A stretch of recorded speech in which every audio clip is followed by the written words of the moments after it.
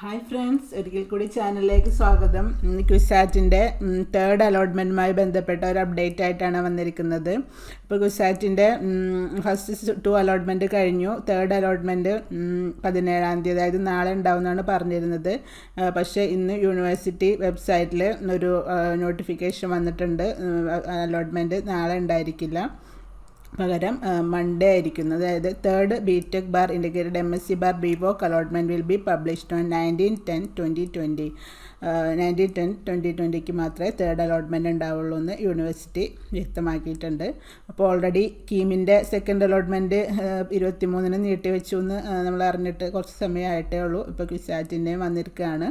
സാറ്റിൻ്റെ 23 വരെ പോയിട്ടില്ല, 2 ഡേയ്സ് മാത്രമേ ഡിലേ വന്നിട്ടുള്ളൂ. അപ്പോൾ എല്ലാവരും 2 ഡേയ്സ് കൂടി വെയിറ്റ് ചെയ്യുക, തേർഡ് അലോട്ട്മെൻറ്റ് റിസൾട്ട് അറിയാം കേട്ടോ. വേറെ ക്വിസാറ്റ് അഡ്മിഷനുമായി ബന്ധപ്പെട്ട ഒരു അപ്ഡേറ്റ് ഉള്ളത് സ്പോർട്സ് കോട്ട റാങ്ക് ലിസ്റ്റിനെ പറ്റിയാണ്. അപ്പോൾ സ്പോർട്സ് കോട്ടയിൽ അഡ്മിഷൻ കൊടുത്തിരുന്ന പലരും അതിൻ്റെ റാങ്ക് ലിസ്റ്റിന് വേണ്ടി വെയിറ്റിംഗ് ആയിരുന്നു. അപ്പോൾ അതും ഇട്ടിട്ടുണ്ട്, യൂണിവേഴ്സിറ്റി പബ്ലിഷ് ചെയ്തിട്ടുണ്ട്.